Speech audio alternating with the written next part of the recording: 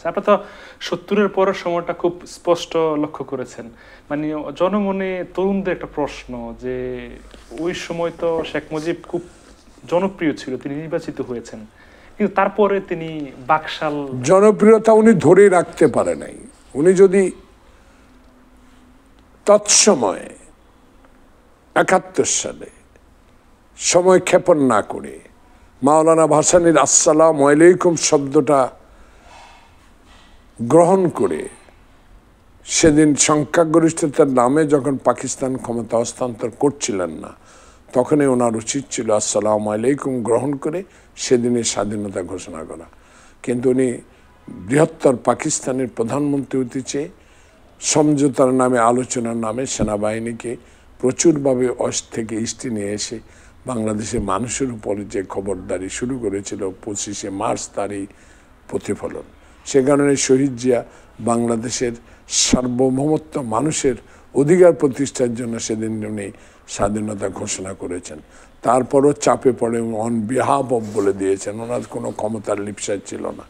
সেই কারণে সিপাহী জনতাই প্রমাণ করে দিয়েছে শহীদ জিয়া শেখ মুজিবের চেয়ে কম জনপ্রিয়তা নাই। সেটাই বুঝিয়ে দিয়েছে সিপাহী জনতা ট্যাঙ্কের উপর লাফিয়ে শহীদ জিয়া স্লোগান দিয়ে। সেখানে আমি মনে করি শেখ মুজিবুর রহমানের ভুল, জিয়াউর রহমানের আবির্ভাব। এক কথায় শহীদ জিয়ার আদর্শ, শেখ মুজিবের ভুল। শেখ মুজিব যদি পাকিস্তান থেকে এসে বলতে আমি লাঠি হাতে বসে আছি ৩২ নম্বর রোডে, ক্ষমতা আতাউর রহমান খানরে দিয়ে দাও, প্রধানমন্ত্রী তো শিক্ষিত মানুষ, উনি চালাবে বা অন্য চালাবে, আমি বসে থাকবো, দুর্নীতি হবে না। কিন্তু উনি ক্ষমতা নিয়েই লাল বাহিনী গঠন করলেন, রক্ষী বাহিনী গঠন করলেন, নিজের ক্ষমতা পাকাপোক্ত করার জন্য ছেলেদেরকে আর্মি ট্রেনিং দিয়া মেজর জেনারেল বানাবার প্রক্রিয়া। বাংলাদেশ তার মানে পুরা দেশটাকে সে এমনভাবে তৈরি করে নিতে চেয়েছিল যে আমি থাকবো, আমার বংশই থাকবে, কেউ রাজনীতি করতে পারে না। সেই কারণে শেখ মুজিবের জনপ্রিয়তা চেয়ে তার দুর্নীতিগ্রস্ত সিদ্ধান্তগুলোকে মানুষ এখন বেশি চোখে দেখে। দেখুন, সারা জীবন জনসেবা করার পর একটা ভুলটে মানুষ দেখে, সেই জন্য জনপ্রিয়তা কার কে বেশি জনগণই প্রমাণ করবে।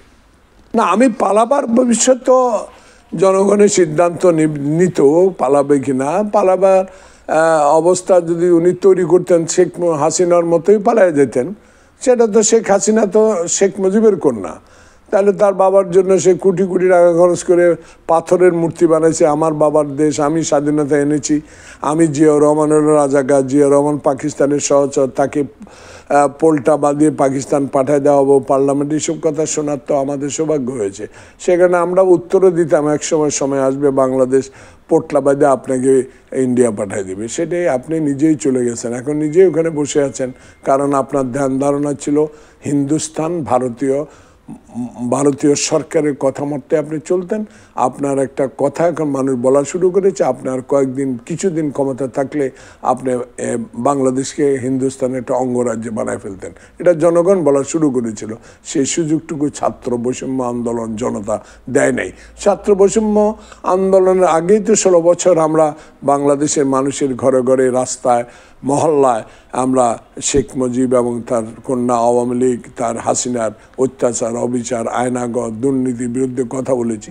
সেটাই একসময় এমন রূপ নিয়েছে, সেই আন্দোলনের কারণে তাকে পদত্যাগ এবং পালিয়ে যেতে বাধ্য হয়েছে। তাহলে শেখ মুজিবের অবস্থা একই রকম হতো।